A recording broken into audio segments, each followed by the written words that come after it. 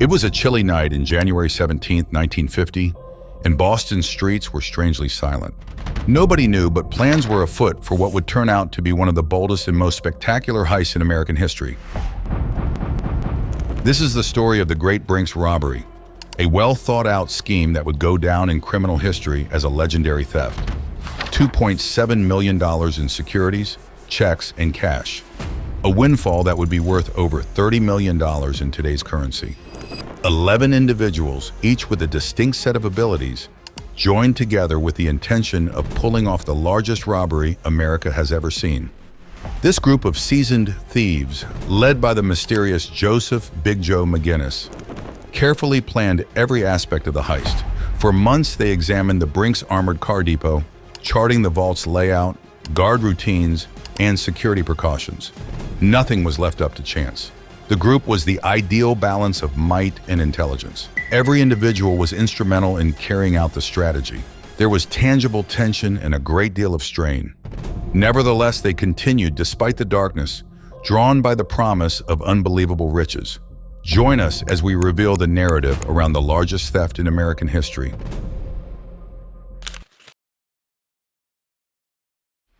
To understand the audacity of the Great Brinks Robbery, we must first meet the men behind it. 11 individuals, each with a unique set of skills, came together to form an extraordinary team. At the helm was Joseph Big Joe McGinnis, a seasoned criminal with a keen intellect and a knack for meticulous planning. Joseph Big Joe McGinnis was no stranger to the world of crime. Known for his strategic mind and leadership qualities, McGinnis had orchestrated numerous successful heists before. His reputation as a mastermind drew others to him, creating a network of criminals who shared his ambition and drive. Among McGinnis's recruits was Anthony Pino, a master strategist. Pino had a sharp mind and an eye for detail, making him the perfect partner for McGinnis. He was instrumental in planning the heist, analyzing every aspect of the Brinks Armored Car Depot's security system. Then there was Stanley Gushura, also known as Specs, for his proficiency in lockpicking. Gushura's expertise was crucial. His ability to bypass complex locks and security mechanisms meant the difference between success and failure. Adolph Jazz Maffei brought muscle and fearlessness to the team. Known for his daring and willingness to take risks, Maffei was the enforcer, ensuring that any obstacles during the heist were swiftly dealt with. These men were just a few of the key players. The gang also included other skilled criminals, each contributing their expertise to the operation. What united them was not just the lure of immense wealth, but also the thrill of pulling off the impossible. Their motivations varied.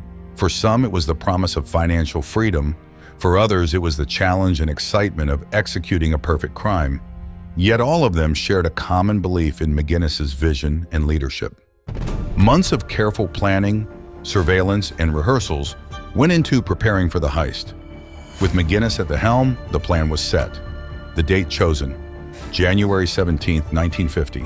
The goal, to walk away with millions in cash, checks, and securities, leaving no trace behind. The stage was set for what would become America's most infamous heist.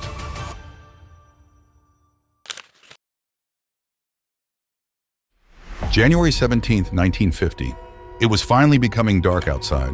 Tension was palpable in the chilly Boston air as the clock approached the critical hour. The group got together next to the Brinks Armored Car Depot in the shadow of night. Every member was ready and well aware of their responsibilities. It was exactly 7:10 p.m. when they moved.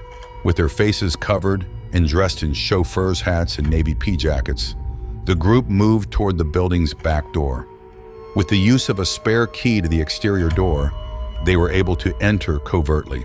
The group walked through the darkness quickly and stealthily once inside. They skirted surveillance cameras and guard patrols as they made their way to the vault room on the second level. Every move was practiced, every step premeditated. There was tension in the air in the seconds before the vault entrance. The gang was aware that this was the most important aspect of their strategy. By the time the group arrived to the vault, Stanley Specs Gushura had become rather proficient at picking locks. Gushura worked rapidly, his hands remaining firm under the strain. Within minutes, the vault door had been opened.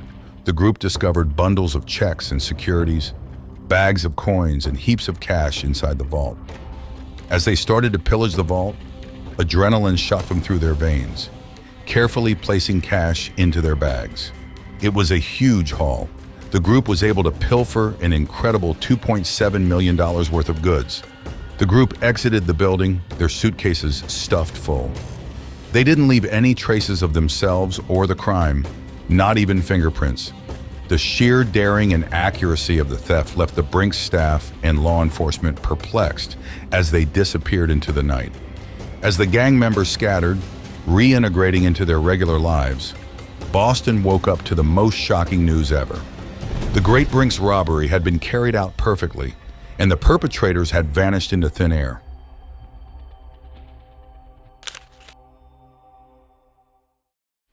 The night of January 17, 1950, ended with the gang dispersing into the shadows, each member carrying a share of the enormous loot. Their exit was as meticulously planned as the heist itself.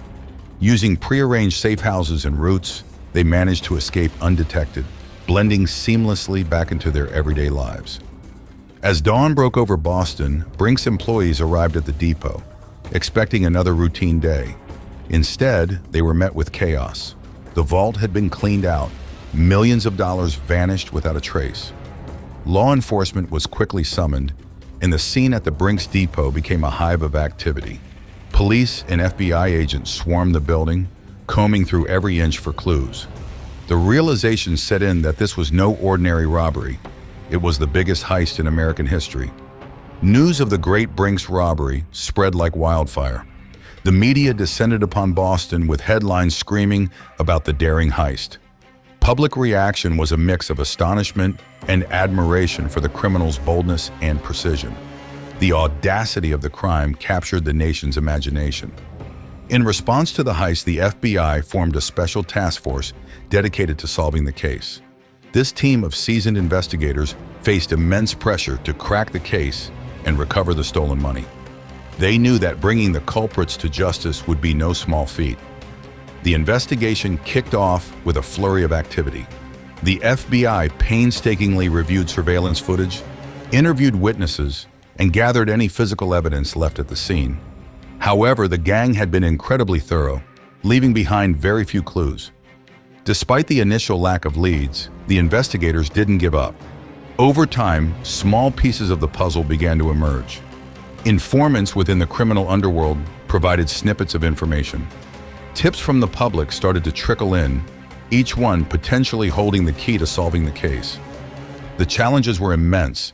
The gang members were seasoned criminals who knew how to cover their tracks. The stolen money was quickly laundered, making it difficult to trace. And with each passing day, the trail grew colder, adding to the frustration of the investigators. But the FBI remained relentless. They knew that a heist of this scale couldn't be kept secret forever. The pressure on the gang members began to mount, and cracks in their story started to appear. The stage was set for a breakthrough, but it would take time, patience, and a bit of luck to finally bring the culprits to justice. As days turned into months, the gang initially believed they had pulled off the perfect crime. But the pressure of maintaining their secret and the sheer scale of their theft began to weigh heavily on them. Cracks in their armor started to appear. The FBI, still determined to crack the case, benefited from these slip-ups. Informants from the criminal underworld, lured by the promise of rewards or driven by their own motives, began to come forward. These informants played a critical role, providing the FBI with valuable leads that they had been desperately seeking. Months of patient and persistent detective work finally paid off. One by one, the gang members were arrested. With the gang members in custody, the trials began.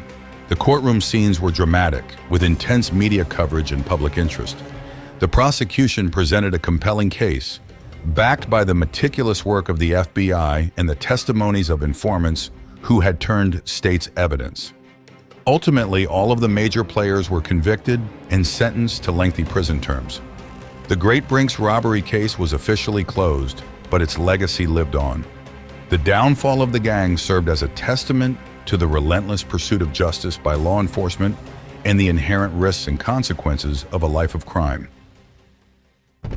Thank you for joining us on this journey into one of America's most infamous heists.